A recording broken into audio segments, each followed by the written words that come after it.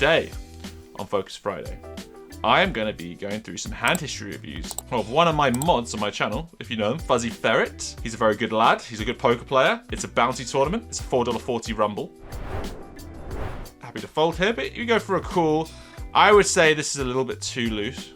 So this is a PKO, and the only argument I really make for ever making a call with ace-9 here is if there was like a short stacked who we covered. So let's say there's someone like 4 big blinds, we just call, we veep it, we want a chance to win the bounty. Where we don't really cover many people, it makes sense just to fold these sorts of hands. Checks to our hero here, makes a continuation bet, and gets 1 caller, villain 3. I don't actually think we should see bet here into 3 opponents, just because there's 3 opponents.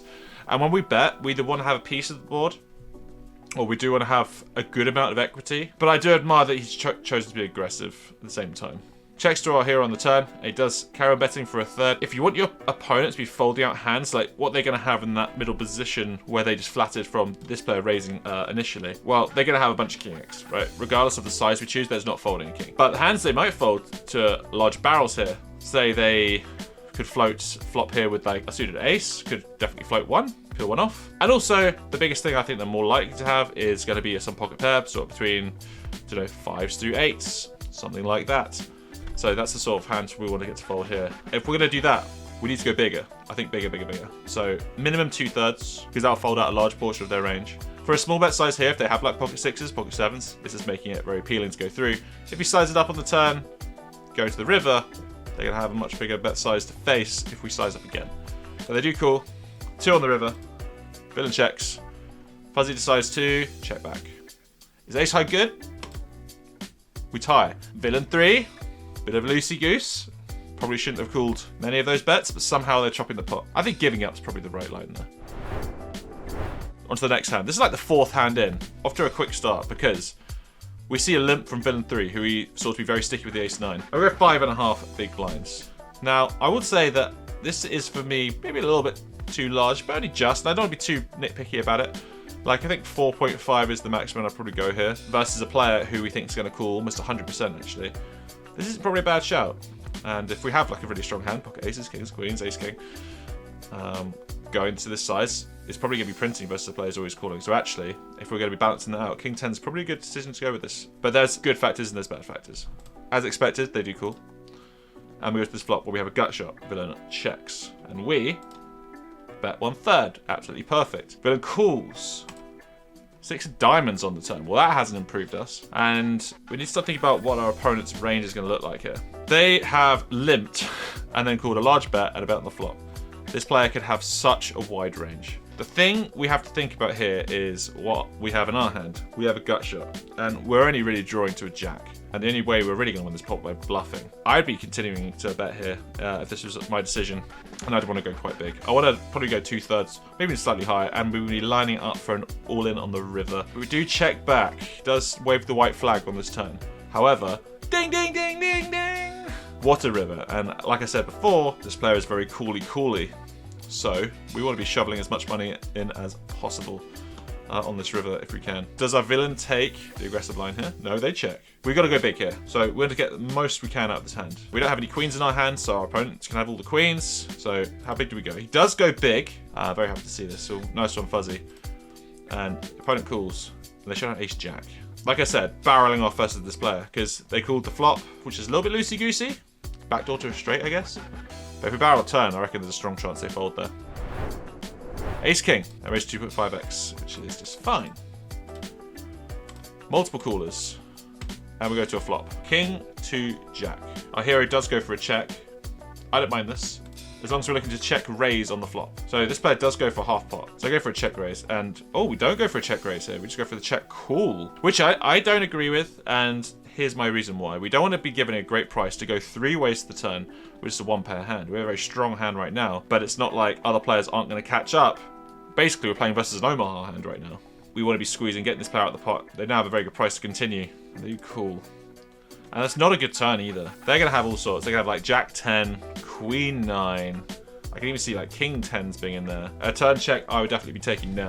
And we go for a check, and this guy goes for half pot again. So now I think there's nothing we can do that just call here. There shouldn't really be anything that our opponents have that's worse that they'll call when we raise. But we do go for a massive raise. A raise that says, I want to be all in. I think it's a little bit on the wild side. I don't know if we've got a bit of history here, but it's just a little bit wild and aggressive. I don't think we're going to be getting called by too much for beating a bunch of the time, but they do just flat.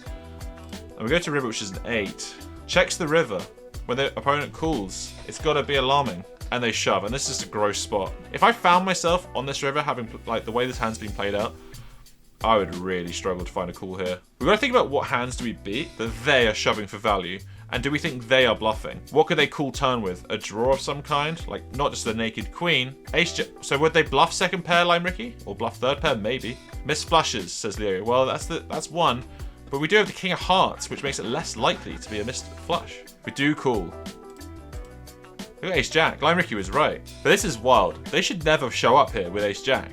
Like, why would they shove ace jack? It doesn't really make any sense. So what villain 1 has done here, guys, is borderline disastrous. I just don't agree with this line at all. Fold the turn. If you see, well, Fuzzy, that big raise on the turn, you got this middle pair on a board where you could already be behind like a straight. Get out of there. Play raised under the gun. Fuzzy's going to have all the strongest hands. He's going to have pocket kings, ace queen, tens jacks, king jack, king 10. He's going to have all that stuff. I don't understand the line from villain 1 there. Just flats here versus another short stack. So PKO looking for a bounty. I'm okay with this. If they have a big enough bounty, I would say it's definitely okay to 3-bet them as well. And like I said before, they've got a short stack, raise up to 5 big blinds. And by doing that, you isolate the bounty away from other opponents. Doesn't make it as easy for them to just flat call. So they'll be folding a lot more. And if they've got a big bounty and you're happy to run the 15 big blinds with the king 9 suited, then go for it. But we do flat, obviously hunting for the bounty. And they go half pot. Now we've got king 9 here in a 3-way pot. Backdoor spades. I'd say we're just gonna... This is a horrible bet size versus a horrible stack size. I hate it. I'm not raising. But I can definitely see arguments to just flick 1 in here. Does flick in 1 cool, and he does, yeah. I don't like it because this is such an awkward position. If villain 13 raises, we have to get out. They do cool, and heart rolls off. Not loving this spot here. The villain 2 shoves. I think we've got to fold here, Fuzzy. I think we've got to fold because what are we beating? They've decided to raise up a short stack initially. They bet the flop. They go all in versus 2 opponents. Does make the call. And this player raises. We've got to fold here, surely. The only way we can ever call here is when we beat value shoves. At the very least, villain 13 here. The worst hands they should be value shoving here is probably 2 pair. Or about ace 10 with the ace of hearts. If we can beat those hands, it's a good idea to call now. With a 9 and a king kicker, with no redraw to a flush or a straight or anything, we're not beating any value. So I'll be very shocked to see us call and win. Okay, so Fuzzy does call, and I'm afraid I really don't. I haven't seen this hand, but I really don't think it's gonna be good news. Yeah, opponent has a flush, and they have ace 10. It's all about thinking about the ranges that you have, your opponent's ranges, and thinking about what your hand is and can you beat value. And in this spot, it was unfortunately not the case. So if you find yourself making these calls, chat, before you hit the call button, get rid of any fog in your head. Maybe you're a bit tilted, I don't know. Get that out your mind and think to yourself, do I beat value here? Or do I have a good redraw to anything at the very least?